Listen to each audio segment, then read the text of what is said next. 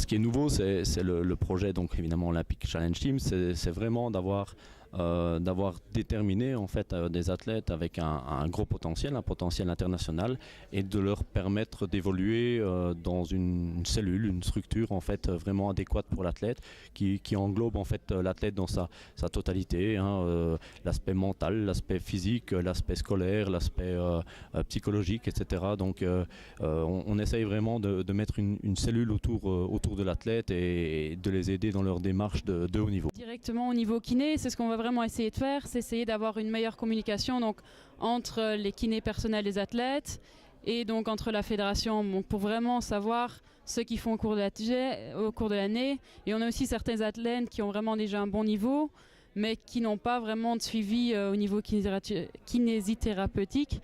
Et donc, quand ils ont des blessures qui souvent ne sont pas vraiment prises en charge correctement. Donc, ce qu'on veut vraiment faire, c'est vraiment essayer de centraliser donc, toutes les données.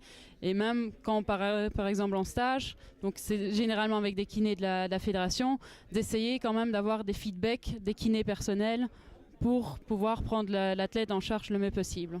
2008, bon, on n'a pas eu d'athlète, même si un athlète avait réalisé la norme, donc c'est sur blessure qu'il a dû déclarer forfait, que David Figen a dû déclarer forfait. Mais par contre, 2012, là, on ne voit pas d'athlète en passe de réaliser les normes. Donc c'est clair qu'on n'a pas attendu en fait les deux Olympiades, la fin des deux Olympiades pour se poser des questions.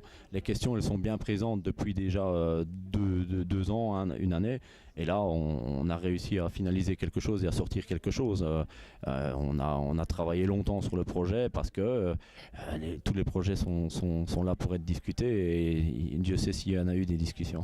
On a beaucoup d'athlètes qui font des contre-performances parce qu'ils sont des petits bobos, parce qu'ils sont blessés. Et au niveau de la fédération, il n'y a jamais vraiment eu aucun moyen qui ait vraiment été mis en place pour justement pour suivre les athlètes. Donc je pense que c'était vraiment nécessaire vu le nombre de blessures qu'on a eu ces dernières années. 10 athlètes potentiels.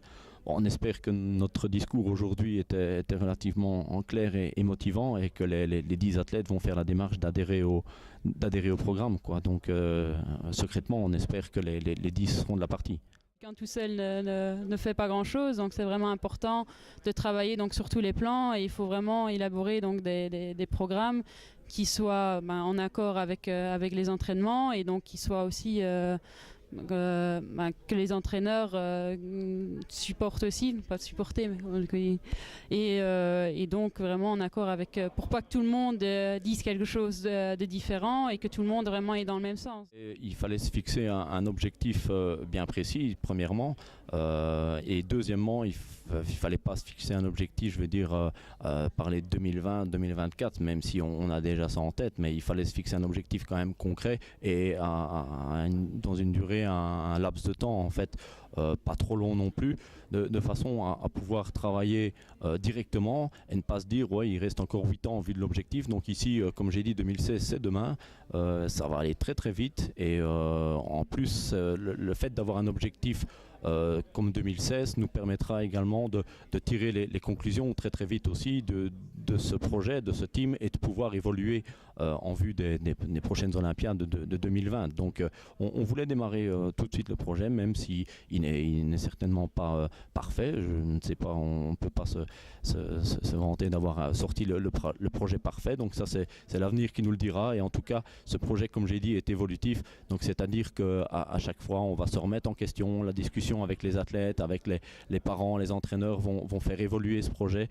Et donc tous les ans, il pourra être révisé en fait dans le bon sens, évidemment. Un objectif, c'est sûr, mais bon, je pense qu'aussi un objectif, c'est déjà les amener aussi qu'ils restent en bonne santé et que pour eux, ce ne soit pas qu'ils passent un bon temps, c'est du bon temps quoi, aussi donc.